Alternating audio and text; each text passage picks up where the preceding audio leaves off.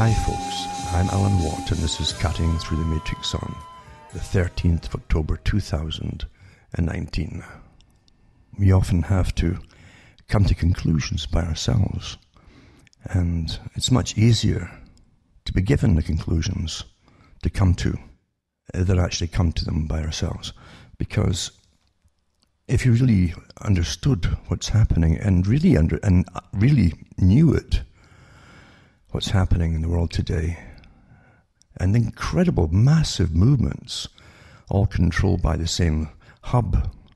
And I mean massive movements and cultures across the planet, and amalgamations of businesses, corporations, countries even, and governments, of course. This intergovernmental idea that's been floating around for a long time, being implemented to end national sovereignty, admitted to it sometimes by declassified documentation, and also boasted about by some of the players, even though the players who boast are high above governments and yet below those who rule the planet. And when you realize what's really happening, and the incredible, and I mean really incredible, effort and money and manpower, put it that way, employee power, if you like, and massive think tanks and organizations and huge bureaucracies that are not elected by the people, running the whole planet, it really is staggering. That's just it, staggering. I can remember different people in the past trying to get through the system of what they called at the time the conspiracy that runs the world, when things don't make sense to you, with the wars that go on and so on, and the reasons that you're given for wars and all that kind of thing. It doesn't make any sense to you. It doesn't make any sense either why you're asked every few years to vote for governors over your nation, and these same people are in some other little secret within this world secret. They're already pre-selected, and Carol Quigley, of course, went into a lot of that. The Farsis were pretty well forced to go through to elect people in who will go along with what we know is a pre-planned system of the destruction of nations. That is the plan. And a long time ago, people went into the different organizations that seemed to be at the root of it all. And they're all right. Every one of them was quite correct. They go into the low orders of things like Freemasonry. And Freemasonry is an international brotherhood, number one, you see. International is the key. But also Freemasonry is a great sifting field to recruit people who are sworn to keep secrets, and they get tested as they go up the ranks or the degrees, and they're graded, literally, that's the term, you're graded. And if you're worthy to keep secrets and be entrusted with secrets, and you've gone to had the right education and to the right universities and so on, they might select you to put you up the ladder as a technocrat, for instance, if you're awfully good at the field in which you're encouraged to go into. And they are encouraged to go into certain fields. They're sussed out, and their future's planned for them before they even pick the career for themselves. And so you get the low orders, so that's it, the sifting ground. Find them, you see. Organizations are awfully good for finding them. So are established colleges and high schools even.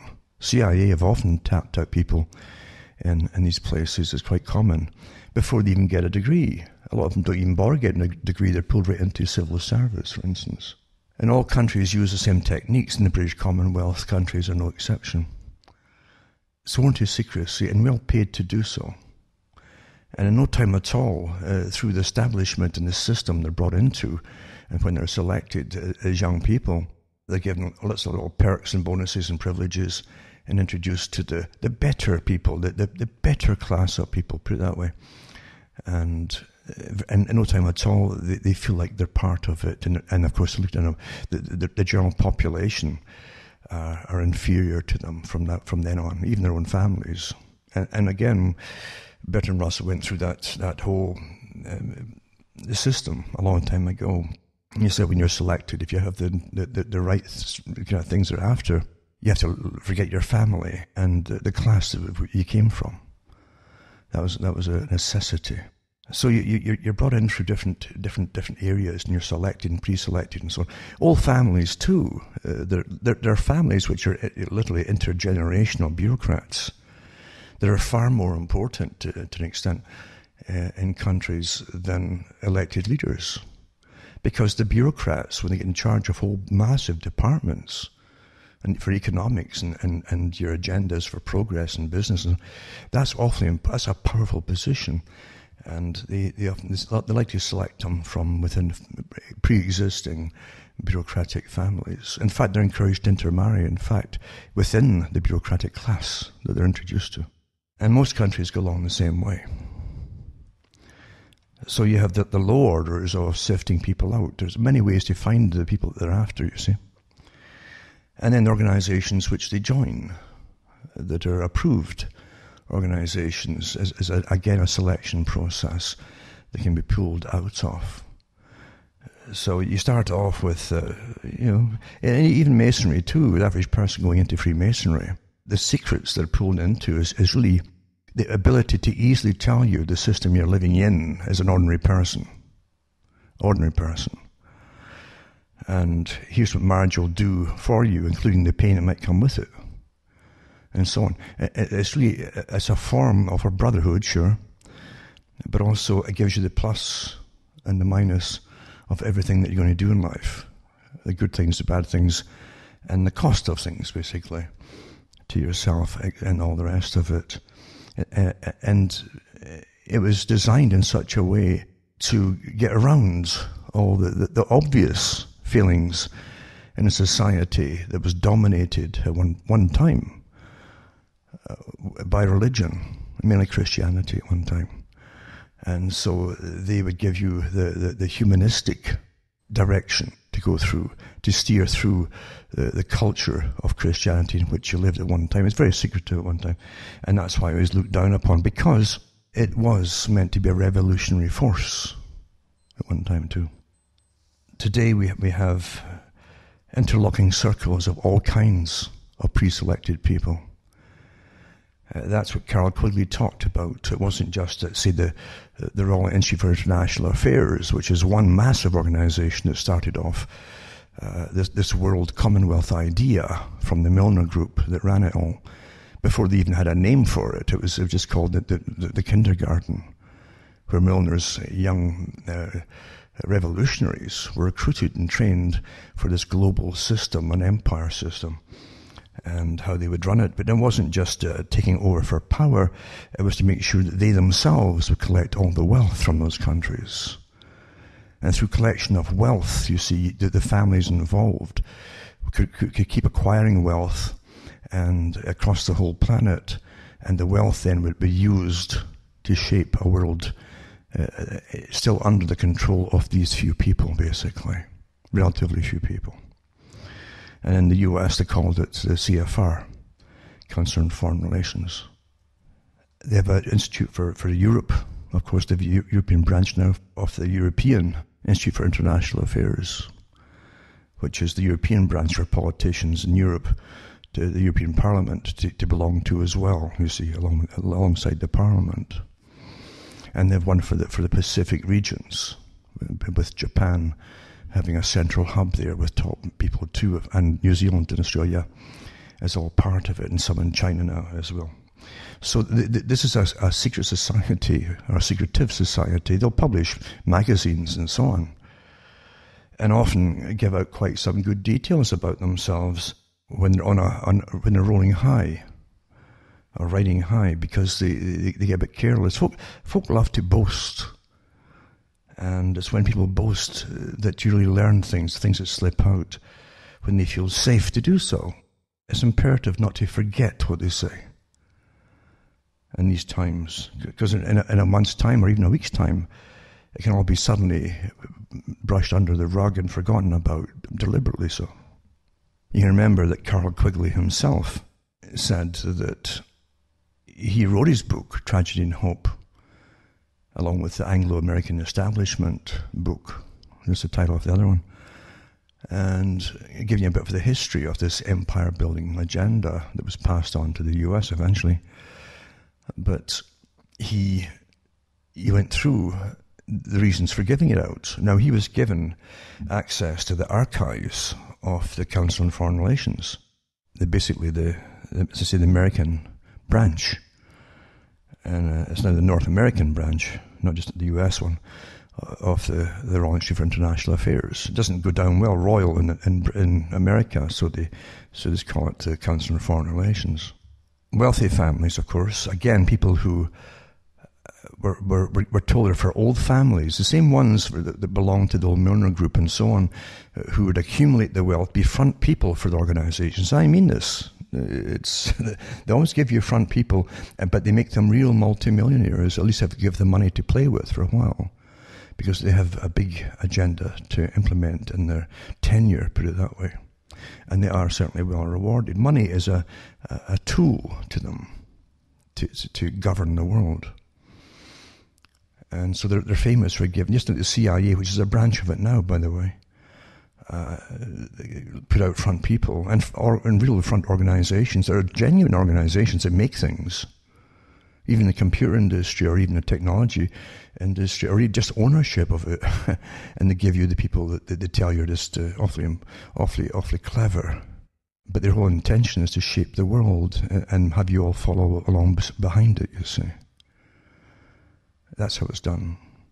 Revolution is an important thing to understand, because there's a reason, if you look down through revolutionary history, that even though many people can be involved in the creation of a system through revolution, they always give you a hero figure, an individual to follow.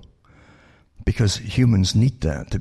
You can't relate to a faceless bureaucracy. It's a basic, simple thing, but a tribal leader type idea, you'll follow them. And that's why even in the 20th century, they gave you Lenin. You see the great hero Lenin. Before that, they tell you that Marx was this great. The whole teams of folk put together the Communist Manifesto. It wasn't just Karl Marx. An organization behind them was huge at the time too. But they give you the individual to worship. Because you relate to the individual, as I say, but not to a faceless bureaucracy. And then they gave you Lenin, and then they gave you Stalin. And the typical totalitarian regimes, you have the massive posters of Stalin everywhere you looked. And even in the closes or the hallways going into buildings, basically, the entrances into buildings, you see the pictures everywhere. And there's this eye staring back at you, this genius, you see, this godlike character. And George Orwell or Blair in 1984 had that done pretty well, down pat, of how it worked. And then you had Adolf Hitler too, the individual. But don't forget the National Socialist Party existed before Hitler really came along. It morphed into that name eventually. And the same thing happens right down, and you had the same thing with Mao Zedong, and then Chairman Mao, of course, Chairman Mao, Mao Zedong, they called him for a while. It's like an old movie with Gregory Peck in it called The Chairman, of how the CIA guy goes over to communist China. And the Chinese tried to recruit this guy because he's a scientist, and it shows you how cunning but it gives you some ideas of the totalitarian mentality, of course, which is true of all regimes, and I really mean all regimes, even the one ones you're taught to love at home, if you still love them, that is, because there's a scene in it where the chairman says to Gregory Peck, he says, "But the people are, there's Many people must die in times of revolution. Millions, so what, And Peck's trying to tell them about them being in individual lives, and the chairman was saying, no, they're irrelevant, blah, blah, blah. Well, that is socialism, of course. But socialism is the technique or the system that was chosen to bring in global government, basically. Because that's how we're looked upon. We're all numbers today. We are little individual numbers. And we live in our individual bubbles, like Quigley and many others have said before that. And Rockefeller said, you live in your own little bubble of you. You see? And you relate through this bubble to everyone around you, but through the bubble from the center, the nucleus of the bubble, which is you. And you can't imagine a world without you in the center. You're there. Who else would experience it? Only you can experience it, because you are the experiencer in your life. Just like you're born, that's your birth. And you have something unique too. It's your death at the end. It's no one else's, it's yours.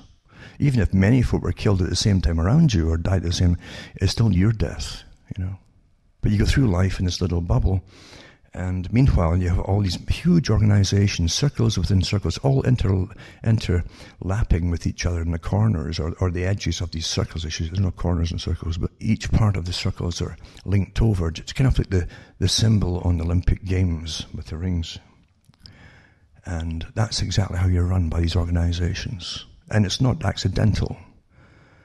Tremendous organization over a long period of time with unfathomable wealth, since they own most of the wealth on the planet. And they can print up any numbers of dollars or pounds or whatever the currency happens to be that they wish to. And they do, to get things done. Now, it's quite easy to be a tyrant, one of many tyrants in an organization, if you come up through a system which trains its subjects to believe that they're honest and good and very modern and ethical and human and humane. You can bring in people and once you give them a whole tenet of beliefs to follow from whatever it happens to be, a whole system of beliefs, they can be easily encouraged that they're doing the best of all things for the sake of society, as they enrich themselves too, naturally. But it's easy to have them say, like the chairman in that movie I mentioned there, said that the people have to die and be sacrificed to the cause and so on, and that individuals really don't matter. And that is the collectivist mantra, basically, down through all kinds of collectivist societies. Communistic, socialistic, it's all the same thing. I think Lenin said the same thing about communism. He said communism was only socialism in a hurry, because it always ends up there, you see. And so you have to understand what you're living in. But again, don't forget, as I've mentioned so many times, the organization that runs this world, it really does run the world, and this organization met in the 1800s and the 1700s to discuss planning and plan the future with the industrialists of its time. And it got bigger and bigger, and it basically ended up giving you the modern governments that you have today, because they stack it all with low-level members generally. And again, they can always say it's for the good of humankind, as they enrich themselves. For example, you had Cecil Rhodes. Cecil Rhodes, again trained by one of his mentors, was Ruskin. He said the whole idea was to an empire with benevolent purposes should run the poor and fortunates of the world, bring them up to higher standards. But what they were also meaning, it was a right of those in London at the time, and these organizations that Cecil Rhodes himself went into as a member until he dominated one of the organizations, that they would help take the diamonds and gold out of Africa, different parts of Africa, South Africa and other areas, and they would use it for the right purposes, enriching themselves, to make themselves very rich and powerful, and then they would dictate and gather basically massive bureaucracies, privately owned bureaucracies, that would run and govern nations of the world. As I say, it's much older than Cecil Rhodes, because previous organizations ran the Commonwealth, the British or Dominion, they called it in Canada, and they had branches out into before the US was given its independence, basically. And they're owned by private corporations, remember. Like the East India Company owned them. You had the Hudson's Bay Company, all chartered corporate. And these they had their own military and their own police, and they had them across the world too, in India and other places. privately owned, fully fledged military. We forget these things, and it's a nuisance when you have to get the folk used to an idea of democracy. But it's the easiest way to get them to go along with things, thinking that they're part of something themselves now. Otherwise, you might get revolutions. So give them a vote and say that they're in a democracy now, and they'll go along with it, you see. But nothing changed, because above the democracy, you've always had the private, massive organizations that did not go away and had no intentions of going away. The only intention was to con the public. I've mentioned before how the O.S.S. blossomed into the CIA for the US, and it was MI6 in Britain for overseas, supposedly overseas spy work and intelligence work. But these really are still the same organizations that run the planet. You don't elect them. The governments themselves can't even figure out what they're doing half the time. And they know not to pry and ask, because everybody in government knows that their bread and butter will be lavishly applied to them, lots of butter, if they don't ask questions. That's why they're selected, the lower level psychopaths.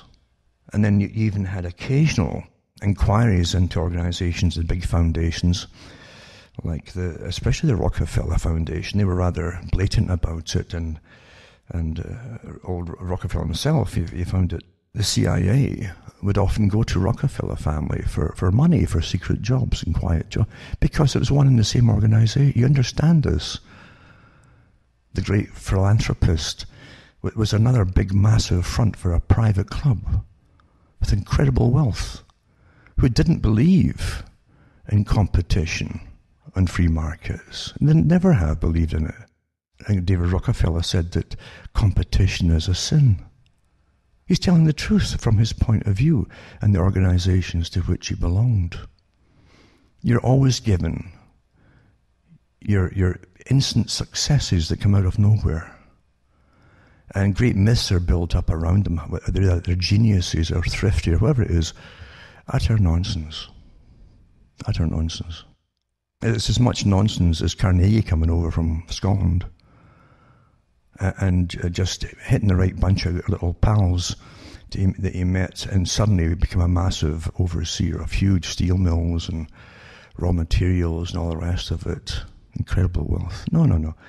They're made to be front men, and they're made to be wealthy, absolutely, because they say money is nothing to the groups that run the world. Remember the documentary that came out with Halliburton, with the first Gulf War, as it called it, Desert Storm? And they showed you Halliburton, a massive organization that supposedly supplied all the things necessary to run the country when it was under warfare scenarios.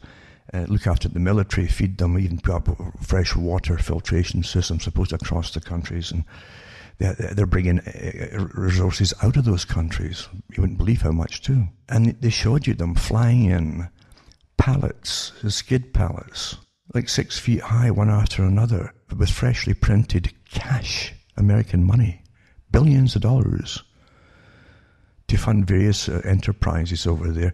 Nothing was accounted for. They actually said it in the documentary by those involved.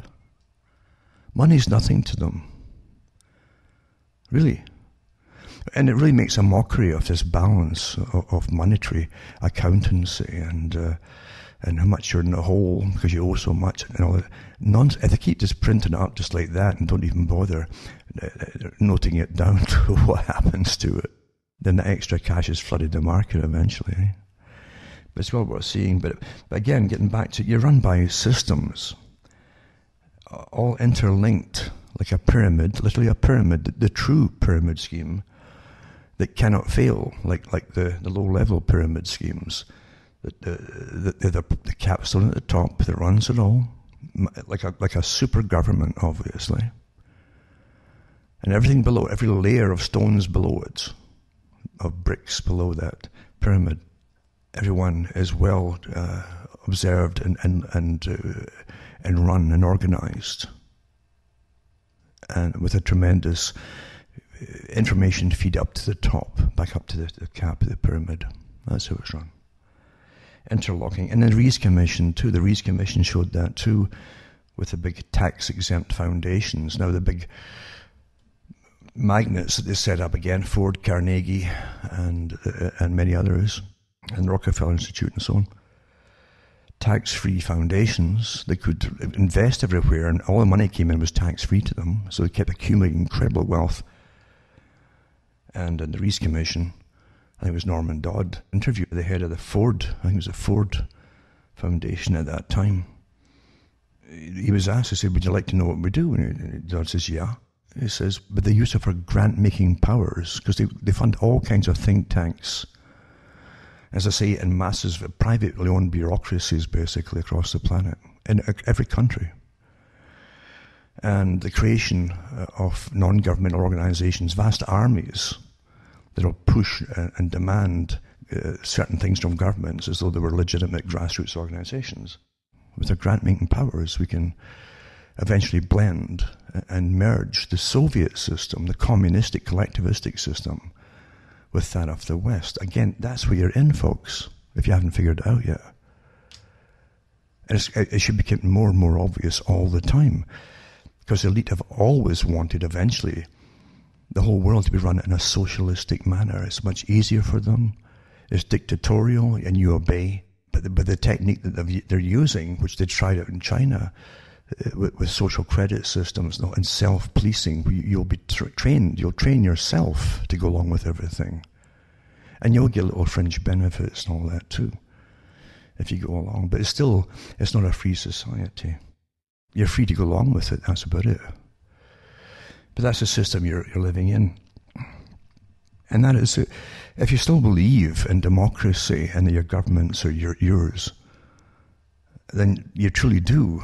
Oh, it's going to be coming up, their Father Christmas, coming up again shortly. You probably believe in that too, you know. You couldn't have as much evidence as you have today. It's hitting you like bricks from 1,000 directions, if your eyes are open. And it's astonishing that people still fall for all.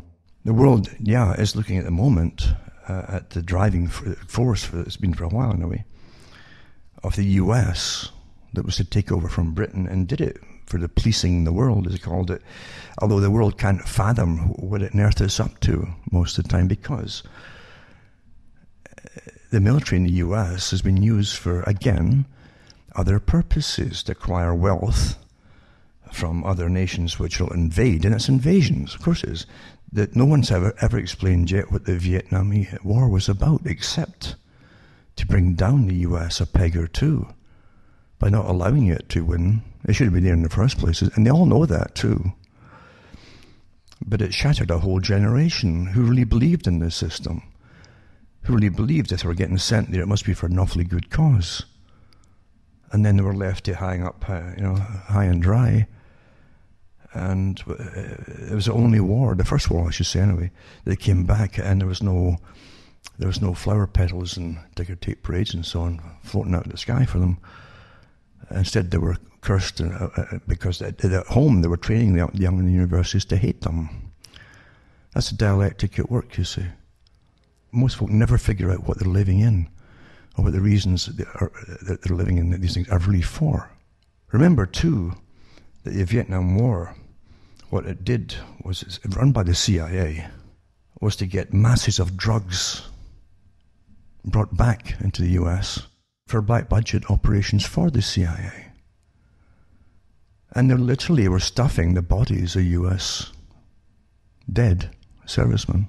And this is all, this isn't conspiracy theory, this is all admitted to. But of course, there were just bad guys who were doing that. Oh yeah, sure. Now these guys were bringing in stacks of heroin and inside the bodies of the servicemen. And it was to fund more wars across the world, and revolutions and so on.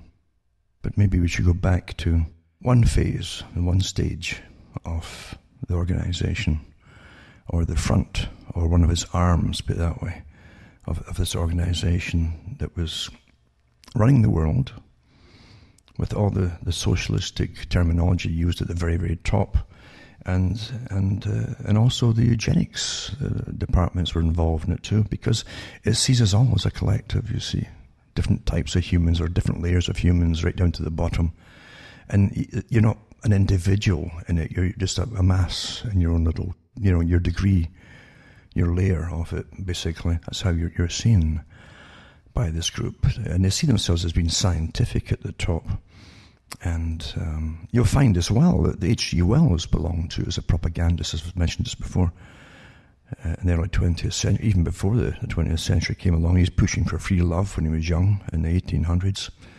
And as he was picked up and trained for his position, and he became a front person and a spokesperson for this revolutionary movement too, where they bring in a collectivist society. He said in a modern utopia. He wrote novels, in fact fictional novels, but he also wrote a lot of non-fiction of how the world would be under the socialistic system and run by scientists, basically running it all on behalf of those at the top, the dominant minority who owned it all. And he said in a modern utopia, it was like a look into the future in his book and how it would be run. And he said that, of course, we still had the last of the old types, the inferior types of humans dying off. But rather than just kill them all, like they considered at one time through either methods of, well, I guess he was talking about ways of getting poisons into them or sterilizing them or whatever.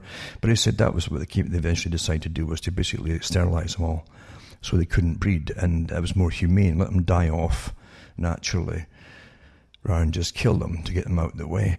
But he was a rather ruthless character and very dogmatic about it too, of how it must be this way.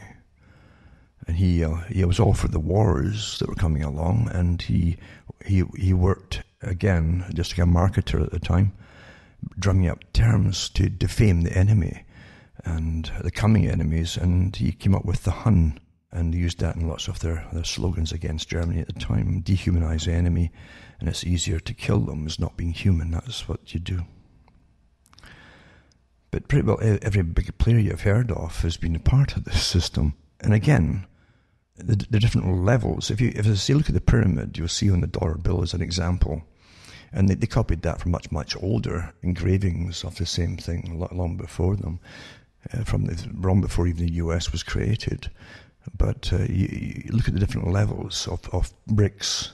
You'll see these are levels, these are degrees, these are grades, you see. And the whole idea was that each one would be under a superior command above it until you got to the capstone at the very top, the perfected ones, you see. And that's what it means, the perfecti, the perfected ones at the top who ran it all. And they were perfected because, you see, they didn't do things for a nasty reason. They might kill whole nations through genocide, but it's for a good reason. And it was through necessity and for necessity. And they'd always rationalize whatever they did, and that's how they do it today. Just like Russell had no qualms about talking about diet injections and injunctions would be used to sterilize the public or even kill them, all their own classes of people. They're quite blatant about it. They don't have problems sleeping at night. Psychopaths never do. So let's just touch on something, because I'm all over the map here. I don't prepare things really. I just go as I go along. I'll just punch up one or two things that I remembered here or there. But if you go into World Order, I've mentioned it before, and it's called Hard Road to World Order. And it's a Council on Foreign Relations article in their magazine. I think it was 1974, maybe. The writer, who was a journalist at the time too, and worked for this, again, the CFR, Council on Foreign Relations, and the Foreign Affairs magazine that they own. And don't forget, they're like kind of like Freemasons. They're a sifting area where you sift out the ones that you want into higher orders. And they themselves, mind you, are still called the establishment. Anybody who's anybody has to at least belong to the CFR in America and Canada. But they can be pulled higher up into the Trilateral Commission and a few other organizations above that too. That's really how it works. Again, the layer system of the pyramid, you see. But anyway, you'll find that they talked about how people the people in Europe didn't want a union. They wanted an agreement was okay. They go along with an agreement to do with some sort of trade and so on, but they didn't want to be run and ruled by a central governmental system, which was planned, of course, by the CIA, for those who didn't know that. At least it would be implemented by the CIA. Winston Churchill talked about United Europe too at the beginning of World War II. He said this is maybe a great thing. He says we might get our long hoped for ambition of a united Europe under one system, basically, he's talking about. Well, that came to pass with the CIA in about 1948 and then in the 50s again, where it was the people in the European countries and the bureaucracies were given special departments secretly set up to start integration processes with big bureaucracies that would then merge the countries into one system under the pretense of just a trading league, you see, and an economic league. But it was really to blend them into a single parliament. And again, you can go back into Karl Marx talking about the same idea long before that, right? In the 1800s. You're living through, and if things seem like deja vu or Groundhog Day, it's because you get whiffs of the same darn things over and over again till they get what they want, you see. And it's not being paranoid to just notice these things. It's rather, it means you're broken out of the perfect indoctrination you've had, if you understand it. Anyway, this writer says, in The Hard Road to World Order, the hopeful aspect of the present situation, even though people didn't want a union idea, in 1974, is that even as nations resist appeals for world government and the surrender of sovereignty, how often have you heard that in the last 10 years? This is the 1970s, right? Technological, economic, and political interests are forcing them to establish more and more far-reaching arrangements to manage their mutual interdependence. That's the term you heard right through the 70s and through Maggie Thatcher's reign. Interdependence, they called it, which means you're giving up chunks of your national sovereignty and merging it. And you're interdependent. You can't be independent in any area, even feeding yourselves. They wouldn't allow that. You had to be interdependent, so nobody could just pull out without suffering, maybe catastrophe, in fact. It is instructive to ponder the institutional implications of the negotiations to which nations were already committed before the so-called energy crisis preempted international attention in the fall of 1973. Now, I'll just go off for a minute here and say, that's when they created the fake energy crisis. It was actually, I think it was OPEC countries who, in Arabic countries in Saudi Arabia, were actually punishing the West for backing Israel with the different wars that were going on in the Middle East at the time. That's really what it was. There was no shortage of oil. It was just getting held back. But they always, you never let a good crisis go to waste for their agendas, you see. So they blamed the public, we're getting to peak oil and all that nonsense. It's all nonsense. But in Britain, they did issue ration cards for gasoline, for those who didn't know that. Anyway, it says, although some of these tasks of institution building may be complicated or postponed by the energy problem, all are now continuing fixtures of the diplomatic agenda. So there is a diplomatic agenda, you see. And it says the non-communist nations are embarked on a long-term negotiation for the reform of the international monetary system aimed at developing a new system of reserves and settlements to replace the dollar standard and improving the balance of payments adjustment process. The accomplishment of these objectives would almost surely require a revitalization of the International Monetary Fund, which would have unprecedented powers to create new international reserves and to influence national decisions on exchange rates and on domestic monetary and fiscal policies. It goes on and on. And you've seen that too with the BRIC nations in the last 10 years or so. The same thing, right? It's really something, eh? But again, this guy goes on, he says this before the last part that is mentioned there. They're talking about the world order. How do you get to world order, right? How do you get there? If people aren't going to go along with it, you see. It says, if instant world government, charter review, and a greatly strengthened international court do not provide the answers, what hope for progress is there? The answer will not satisfy those who seek simple solutions to complex problems, but it comes down essentially to this: the hope for the foreseeable future lies not in the building up of a few ambitious central institutions of universal membership and general jurisdiction, as was envisaged at the end of the last war, but rather in the much more decentralized, disorderly, and pragmatic process of inventing or adapting institutions of limited jurisdictions and selected membership, important part, selected membership, to deal with specific problems on a case-by-case basis as a necessity for cooperation is perceived by the relevant nations. Such institutions of limited jurisdiction will have a better chance of doing what must be done to make a rule of law possible amongst nations, providing methods for changing the law and enforcing it as it changes, and developing the perception of common interests. That is the prerequisite for successful cooperation. In short, the house of world order will have to be built from the bottom up, rather from the top down. It will look like a great booming, buzzing confusion, to use William James' famous description of reality, but an end run around national sovereignty. Eroding it piece by piece will accomplish much more than the old-fashioned frontal assault. Of course, for political as well as administrative reasons, some of these specialized arrangements should be brought into an appropriate relationship with the central institutions of the United Nations system, but the main thing is that the essential functions be performed.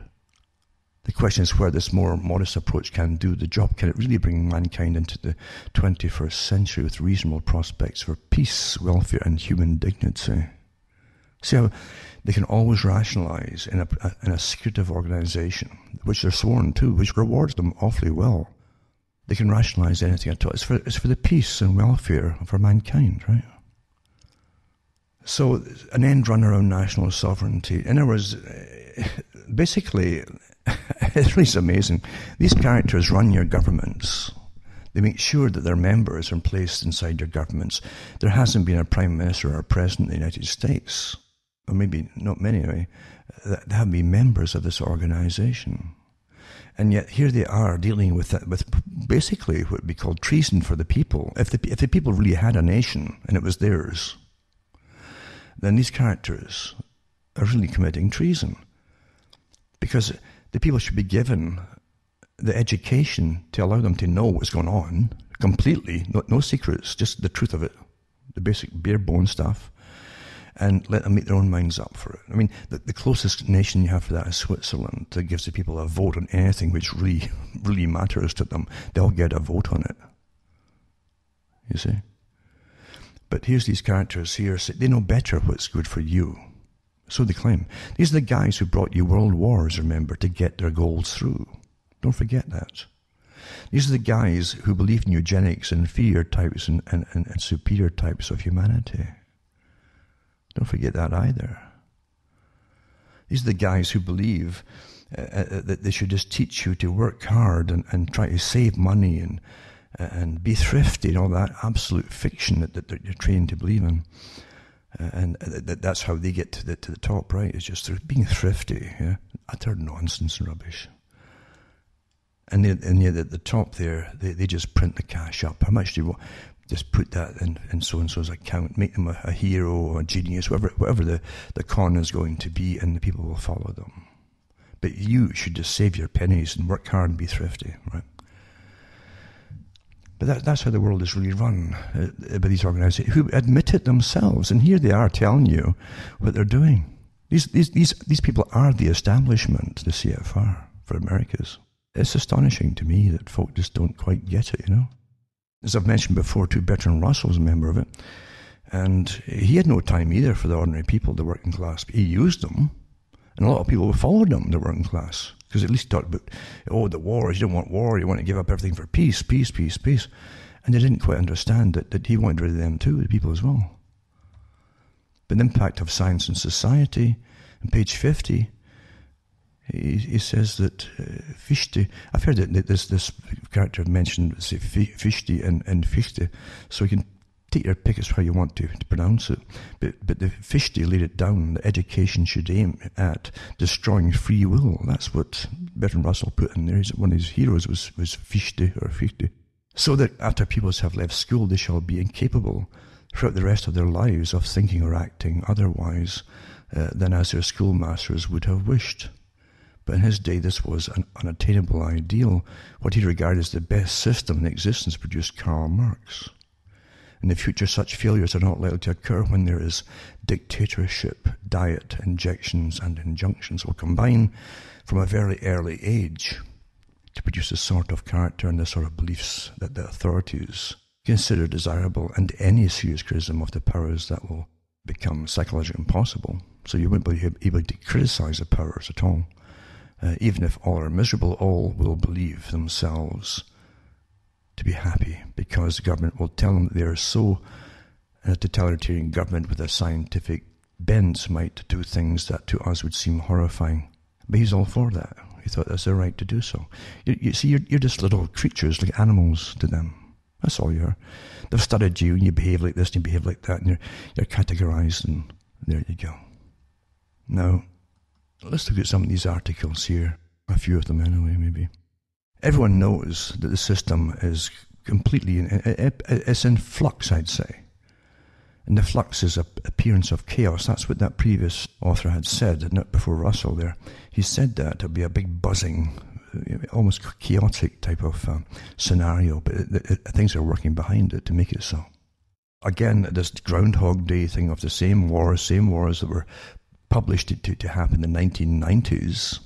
The same list of our countries that were to be taken out by the US, primarily the US, with Britain perhaps involved, and France, of course. This is alliance again. They drafted it up, and the general came on Democracy Now! And waved or told him what the list was. He didn't believe it himself. It wasn't just to be Iraq, or a war with Afghanistan. It was to be Iraq and a whole bunch of other countries too. Anyway, the anti-Iran alliance falters as Netanyahu, Trump, and MBS focus on their own predicaments. And I think that's from the Haaretz there too. So there's a definite alliance, you see, that wants to get on with these wars, as you all know. Everybody knows this. And everybody will blame everybody else for the wars and for the groups that are making it happen. But there's much higher powers above even them doing this. I've never seen a list drawn up by the global governmental system that they don't get around to completing. It might take them years, they might have to go around things a bit or change a bit, but they'll get it done eventually. They don't change their minds or drop things. You run by a schedule, like a business plan, and that's how it's run, folks. Look at what they're given for news.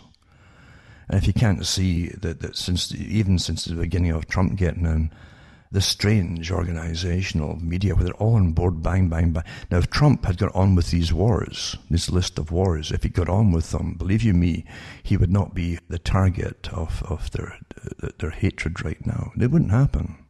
I'm not standing up for him. I'm just saying it wouldn't happen. Because, again, the agenda had Hillary in, and she would have kept using like Obama had used, and she'd used too, these proxy armies of mercenaries brought in, they call them freedom fighters, or what they might call them, into Iraq and different places, or into Syria. And Trump, I think he really had an idea of getting the boots on the ground, American soldiers in. Anyway, it hasn't materialized. And so he's getting hammered and hammered and hammered. I don't care. I think if he got on with it and just got on with all these different wars, the heat would immediately leave him. And you'll see what would happen then. Chinese citizens will soon need to scan their face before they can access internet services or get a new phone number. Well, that's coming in the West too. Now, in China, it's not like a dictate from the top, you will, you see.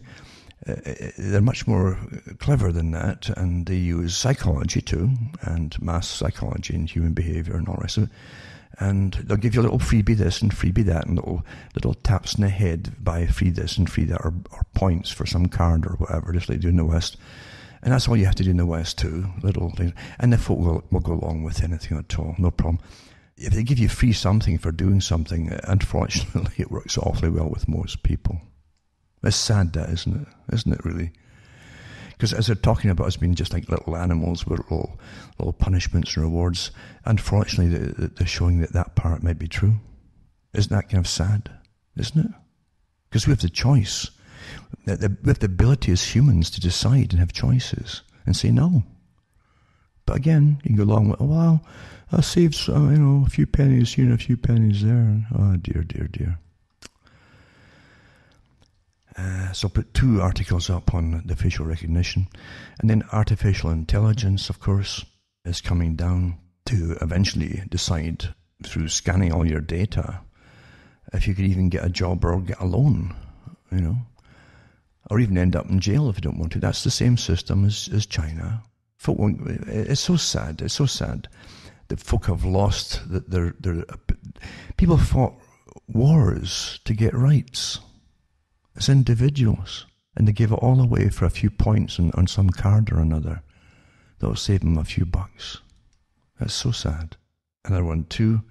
Former Google CEO Eric Schmidt believes biology is the next frontier in computing. Biology, you see. You see, it isn't just everything they're designing and redesigning, it's you too along the way. That's what they want. Incredible. Again, these front people that they give you, that you're taught to follow, individuals, is much better than faceless organizations or faceless massive bureaucracies privately owned, isn't it? They mentioned Mark Zuckerberg and Facebook and his wife Priscilla Chan, but donate $68 million. Doesn't that just sound astronomical? To support the mapping of all the cells in the human body. It's astonishing to have these big ambitions, these people who suddenly come out as geniuses, and well-financed and so on. But they want a whole agenda. And it's funny too, they're all on board with all the other instant geniuses that you're presented with. They're incredibly rich. They're all on board with the same exact agendas, Too many folk in the world. It'd be much better if you didn't have children and yada, yada, yada. And you'd be healthy as long as you lived, but you don't want too many children, maybe none at all, and Do you vote for these folk? Are they the new government folk? Are they the new government? And that's how they're presented to you, isn't it? Isn't it odd to the CFR said a few years ago? I remember reading an article in the air at the time, years ago, and they said it's time now for the big philanthropists, the rich people of the world, to come forward and take the rightful places in governance over the people. Oh, there you go. Elon Musk unveils plan to build mind-reading implants, and scientists have successfully implanted an artificial memory. No kidding. There you go, another one too. I don't know if you've ever seen Code 46. As a movie, fictional, but there's a few years ahead of now, actually, where they'd have genetically modified people, and it'd be taboo to intermarry or even have relations in a sexual way with a member from the same stem cell bunch as you, basically. It was quite interesting how they did that too, but they could actually wipe your memory too if you really took a fancy for someone that you're attracted to, because really they could be a biological brother or sister, or even your mother, in a new version created by technology, basically. We're seeing. And it's amazing to see what's really, really going on. This mental well-being, too, is to deal with the natural fallout of a society that's lost its value system. You lost your value system because your systems were deliberately destroyed. And now, of course, folk turn to drugs or all kinds of things to try and give them escapism, often destructive. It didn't just happen recently. Even when I was young, too, it was already pretty well on the way out to the whole system. The war had destroyed, World War II destroyed the values and a lot of the meanings for things, and then you didn't have much employment either. It was pretty bad. Then they gave you the EU, and government really became a dictatorial system, really, with massive social work departments, and now they've got private ones as well to manage you. But here they are with this well-being. The whole idea is to make you be happy. I even said it years ago. I said, do you realize that in a virtual world, if they can get into your mind, you could be mucking out a barn or a byre, as they call it, an animal, sty basically, mucking it out, and you're living a different fantasy in your head at the same time. You're not really in that place at all, mucking out that stuff covered in you know what. And but so well-being, no matter what you're doing, as long as you feel happy about everything. Do you understand? This is artificial. You're a human being. You're a human being. I used to be held up as almost a sacred thing. And it really was. And the socialists, again, from the same organization that ran the old empire system into the present system, gave you Julian Huxley as a spokesperson for it. And he said, we'll have to, and he worked for UNESCO too, they helped set up that, and Planned Parenthood as well. And he said, we have to knock humans off their pedestal as a supreme human being on the planet, a physical being on the planet, and bring them down in order to do what we want to do to them. And it's happened. And certain things were untouchable, and the family was one. Again, Karl Marx had to destroy that. He said it. The family unit. The state should bring up and give the values to the children. The exact same thing as Bertrand Russell said much later. Same organization. You can get lost in terms of, well, one was a communist and one was, it's all the same system, and they have many faces, folks. So here they're going to support mental health, you see. Mental well-being, because they've destroyed everything that gave you purpose to things. This tremendous lostness in society today.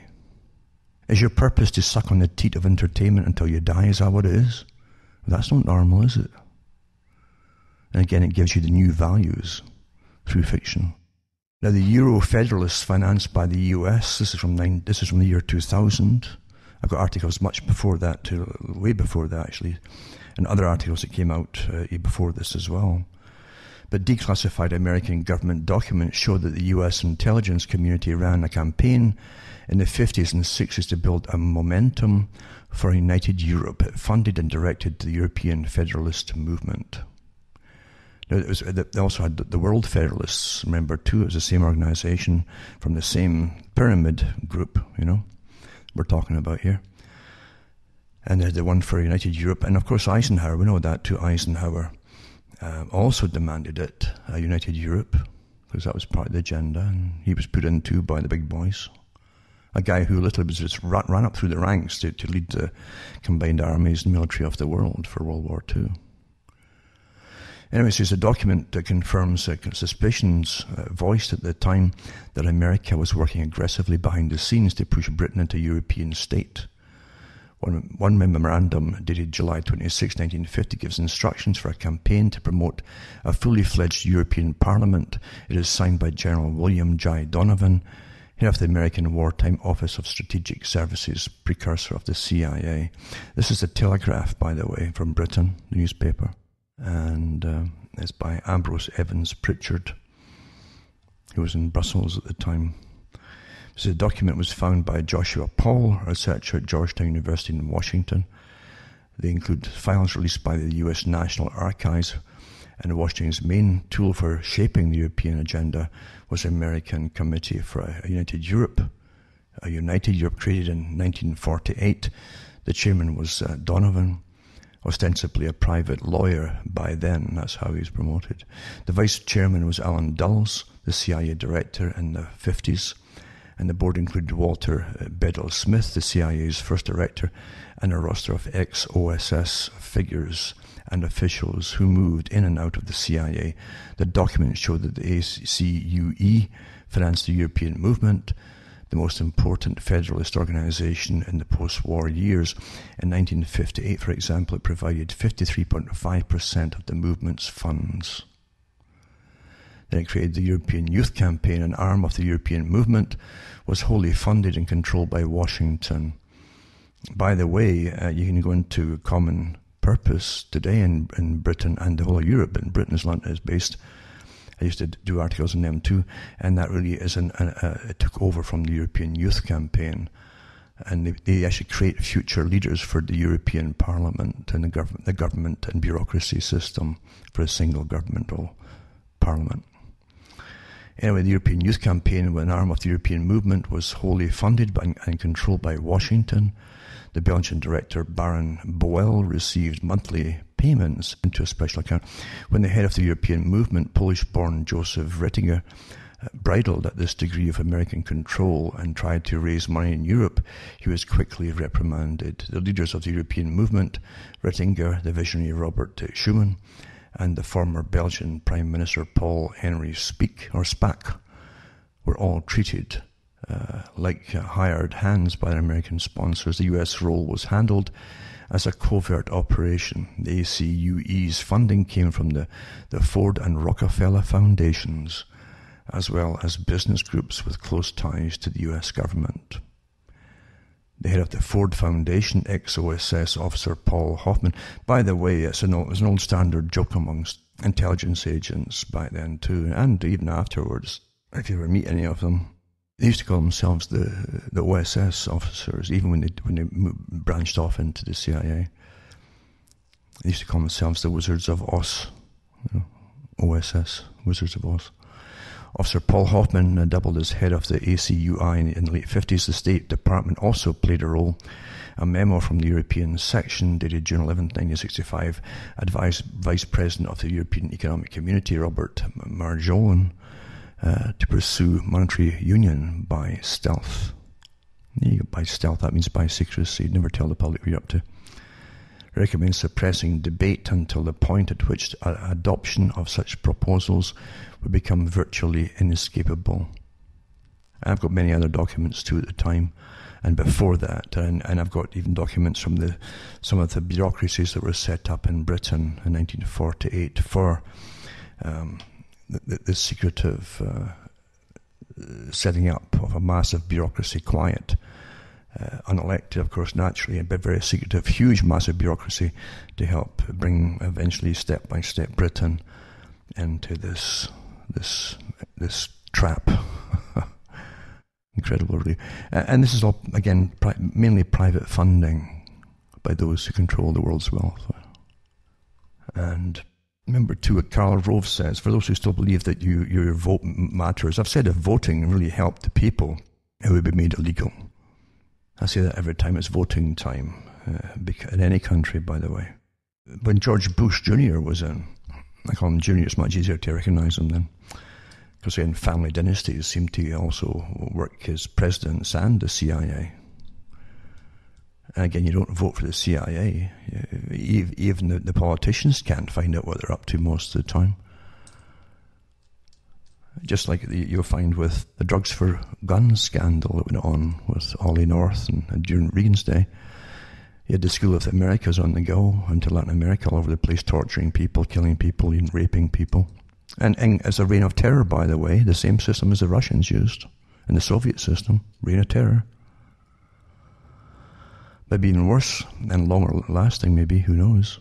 You wouldn't believe what really goes on by these secret organizations that run you. And they run your media too. But you find that they give you your reality through what you call the media and through entertainment too. And occasionally you get some of them admitting to it, for instance. Obviously. It's believed that Karl Rove put this out, this worker with government and for creating your realities. And it says, the aide said that guys like me, this is from a reporter, this aide, I think it's Karl Rove, said that guys like me were in what we call the reality-based community, which he defined as people who believe that solutions emerge from your judicious study of discernible reality. I nodded and murmured something about enlightenment principles and empiricism. He cut me off. That's not the way the world really works anymore. This is, again, when Bush Jr. was in, with his wars that folk couldn't figure out.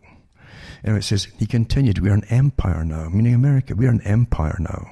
Or we who control the whole system, right? Again, you're into this secretive organization, this world system. We are an empire now, and when we act, we create our own reality. This is why you get these strange phrases that come out of the media all the time from the top. They make no sense to you. So when we act, we create our own reality. And when you're studying that reality, which you're given, everybody sit and try to pick it to pieces. When you're studying that reality, judiciously as you will act again, creating other new realities, which you can study too. And that's how things will sort out. We're history's actors, and you, all of you, will be left to just study what we do. And you look at what happened, what is still happening in Syria, and they're back in there and so on. And you've had ISIS, you've had Al-Qaeda groups, then you've had rebel freedom fight, you've had all kinds of name changes for the same masses of mercenaries to fool you, all funded by the West, the Britain and the US, financially trained and fed and clothed and given all their munitions and so on, to keep attacking first Libya for them, and then Syria. The same ones, the same countries that were on the list in the 90s. They have to be taken out, you see. And they'll never give up on it. Massives. And they keep, you're meant to be fooled. We keep changing the reality, and you'll study it. They'll change it again. Or they're ISIS today. No, they're ISIL today. No, they're ICE today. Yes. Or they're freedom fighters today. See? Same thing. Remember, the first duty of propaganda by your own government is to fool the domestic population, not the enemy. The enemy knows it. They're on the end of it, the receiving end of it. They know what's going on. It's to fool your domestic population to go along with whatever it is. And as always, I've prattled on too much already. I'm sorry about that. So I didn't even mean to go off as such a long-winded thing, or tirades I did today, but it happened. So remember, buy the books and discs at cuttingthroughthematrix.com and help me just tick along there. Also, anybody out there who's selling my stuff, don't do it. Don't sell. I put my stuff out for free. Don't do that. You can't do that, you know. It's wrong. Even for a personal stance, you should know. You obviously know it's wrong. But remember too, as I say, that folks who want to buy the books, discs, and so on, or just donate to me, going to cuttingthroughthematrix.com. You'll see the sites I have, and they are my sites. These are my official sites, none other. You could donate to me and help me tick along, as I say. And sorry for just prattling on in a whole long-winded kind of way today, but I wasn't even prepared for anything. I never am prepared, really. And I'm doing an awful lot to get ready for this awful winter, which is just coming on naturally.